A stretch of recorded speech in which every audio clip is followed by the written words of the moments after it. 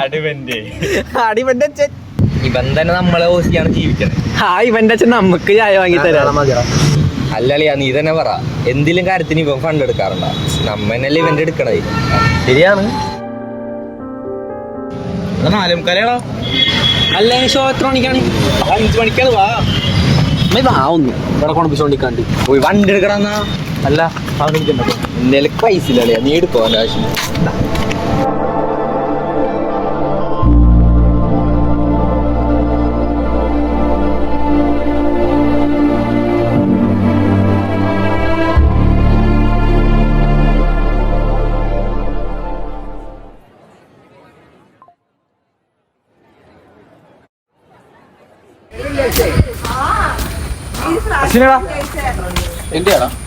ശരത്തിനെ കണ്ടു കുറച്ചല്ല എന്റെ വീട് ചെറുതല്ല. എന്റെ വീട് എടാ, എന്റെ അച്ഛൻ മരിച്ച്.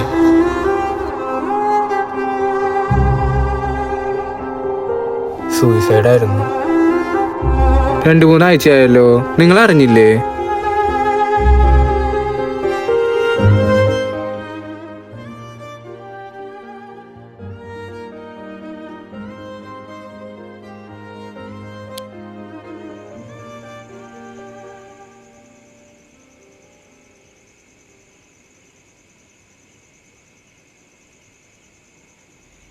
പുള്ളിക്കാരനൊരു പാവമായിരുന്നടാ. എൻ്റെ ഒരു കൂട്ടുകാരനെ പോലെയായിരുന്നു. കളിയും സംസാരവും എല്ലാം. അമ്മ പോയപ്പോൾ ആ കളിയും ചെയ്തൊന്നും ഞാൻ കണ്ടിട്ടില്ല.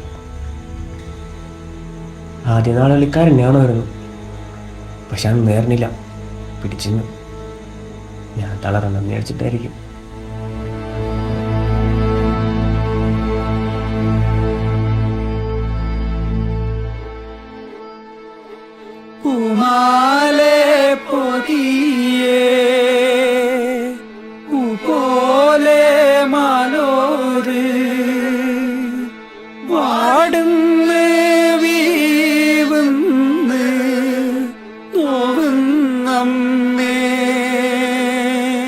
അങ്ങനെ ഒരു ദിവസം പുള്ളി ഞാൻ ചിരിക്കണം കണ്ടടാ. എനിക്ക് ചായയൊക്കെ മേടിച്ചിടാന്ന് പറഞ്ഞില്ലേ അന്ന്.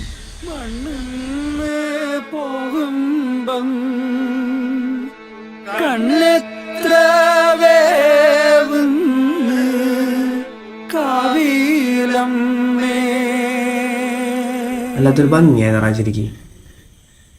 പണ്ട് അമ്മ ഉണ്ടായിരുന്നപ്പോൾ ചിരിക്കുന്ന പോലെ തന്നെ. ഞാൻ വിചാരിച്ച് അച്ഛനൊക്കെയിട്ട് പൊരുത്തപ്പെട്ടെന്ന്. പിന്നെ എല്ലാം മനസ്സിലായത് അച്ഛനമ്മ അടുത്ത് പോകാൻ നിൽക്കണായിരുന്നു.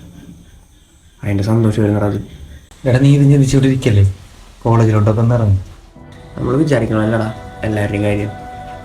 നമ്മുടെയൊക്കെ ജീവിതം കാണുന്നവർക്ക് കളിയാക്കാനായിട്ടൊരു കാരണം, തമാശ. പക്ഷെ അനുഭവിച്ചവർക്ക് അതറിയും.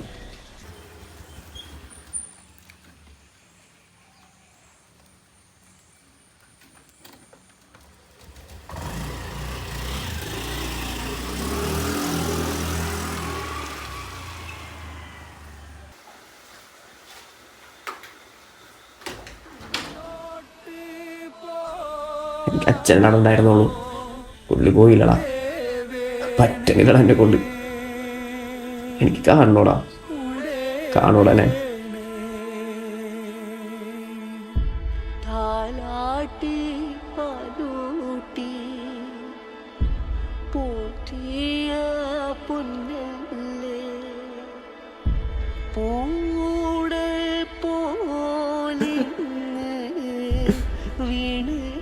ഞാനവനെ പറഞ്ഞ് മനസ്സിലാക്കാനായിരുന്നു.